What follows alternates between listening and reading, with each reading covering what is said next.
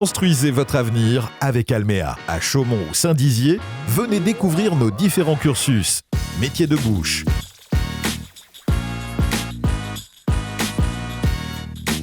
métier de l'hôtellerie-restauration, métier de la coiffure, métier du commerce ou encore métier de la maintenance. Découvrez également notre dispositif d'insertion professionnelle, le 2C. Plus d'informations sur le site d'Alméa Formation.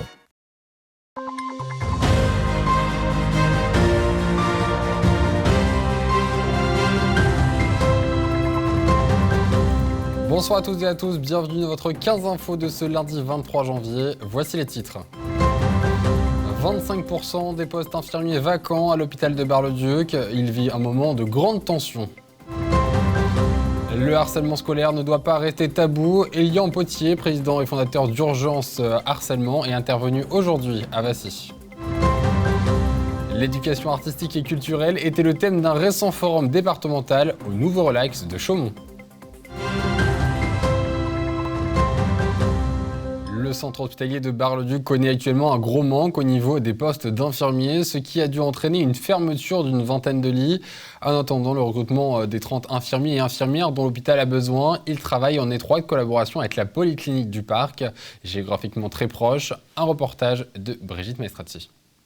Depuis plusieurs semaines, le centre hospitalier de Bar-le-Duc-Finvel connaît une situation de crise à cause de la tension épidémique hivernale, mais aussi par manque de personnel soignant.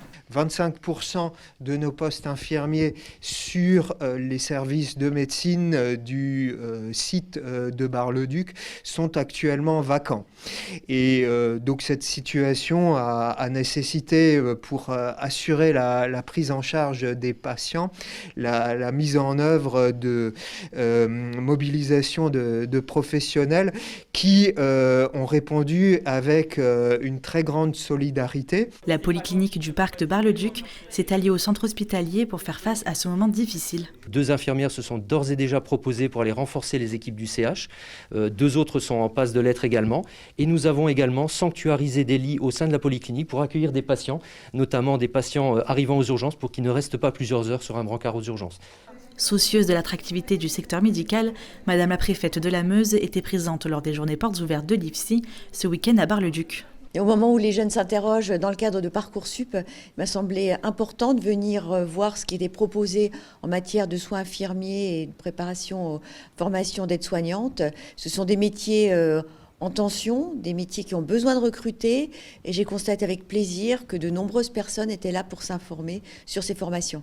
Pour les étudiants infirmiers qui s'engagent dans un établissement sur le territoire, une bourse est mise en place répartie sur leur dernière année d'études et au moment de leur embauche. Dans le cadre du programme phare, un plan de prévention du harcèlement à destination des écoles et des collèges, Elian Potier, président de l'association d'Urgence Harcèlement, était toutes ces journées au collège Paul Claudel de Vassy. Lui-même victime de harcèlement durant sa scolarité, il a décidé de témoigner pour sensibiliser davantage. Un reportage de Julien Carré et Nicolas Fontaine. Selon vous, qu'est-ce qu'est le harcèlement ?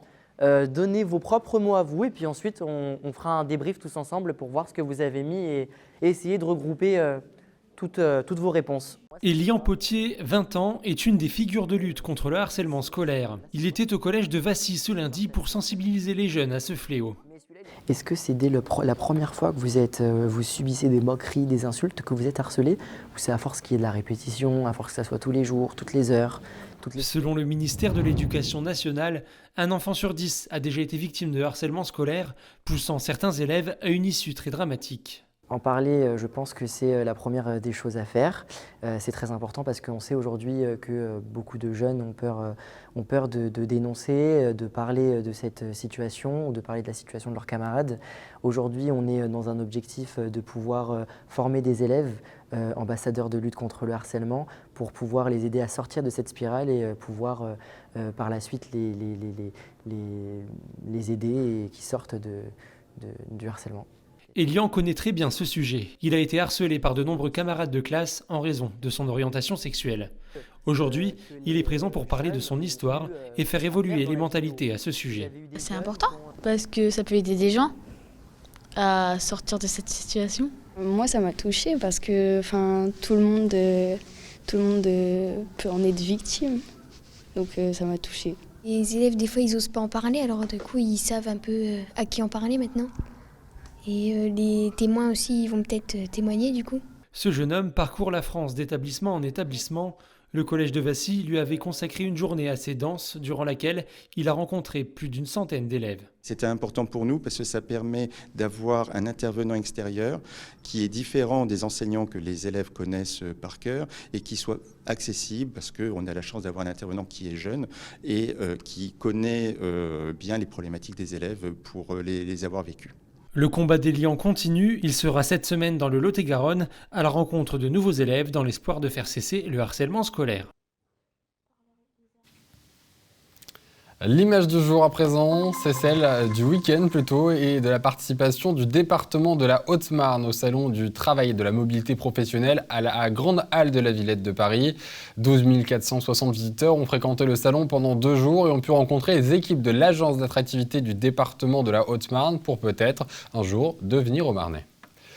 Art, patrimoine et territoire, c'est le thème porté par la table ronde organisée mercredi 18 janvier à l'occasion d'un forum dédié à l'éducation artistique et culturelle chez les jeunes. Professeurs et intervenants culturels se sont retrouvés dans la salle de spectacle Le Nouveau Relax à Chaumont. L'objectif, faire naître de nouveaux partenariats afin de sensibiliser les jeunes à la culture. La salle de spectacle Le Nouveau Relax accueillait mercredi 18 janvier le temps fort du Forum d'éducation artistique et culturelle. Ce forum académique mis en place par le rectorat de Reims avait pour objectif de permettre aux enseignants du premier et second degré de rencontrer des structures et faire naître de nouveaux projets. Alors concrètement, de mettre en lien les enseignants avec les structures permet de mettre en place une collaboration dans la construction des projets. Et la thématique de cette année sur l'art, le patrimoine et le territoire, c'est vraiment un objectif départemental pour remettre notre patrimoine, qu'il soit architectural, écrit, archéologique ou industriel, au centre en fait, des futurs projets. La Haute-Marne dispose d'un patrimoine riche dans bien des domaines, mais pas toujours reconnu, notamment chez les plus jeunes. Les intervenants présents lors de la table ronde l'ont bien compris et agissent en ce sens, comme l'association du patrimoine industriel Le Paradis de Sommevoire, qui prévoit des activités à destination du jeune public. On propose aussi aux scolaires des visites adaptées donc en fonction des âges et des classes. Voilà.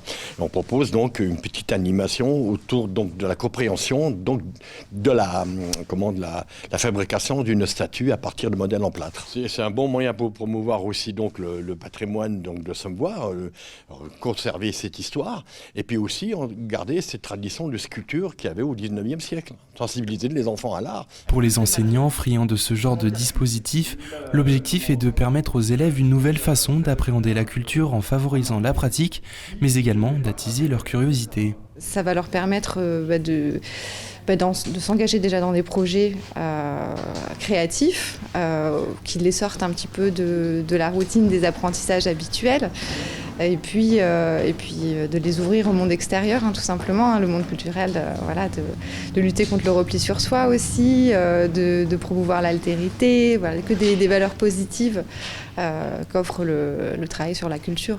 Si cette table ronde se fait au sein du Nouveau Relax, ce n'est pas pour rien.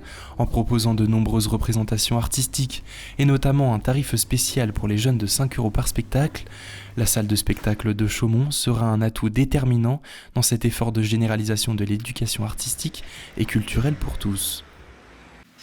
Et merci à Thiago Kargovic pour ce reportage. C'est la fin de cette édition, merci de l'avoir suivi. Tout de suite vos prévisions météo de demain.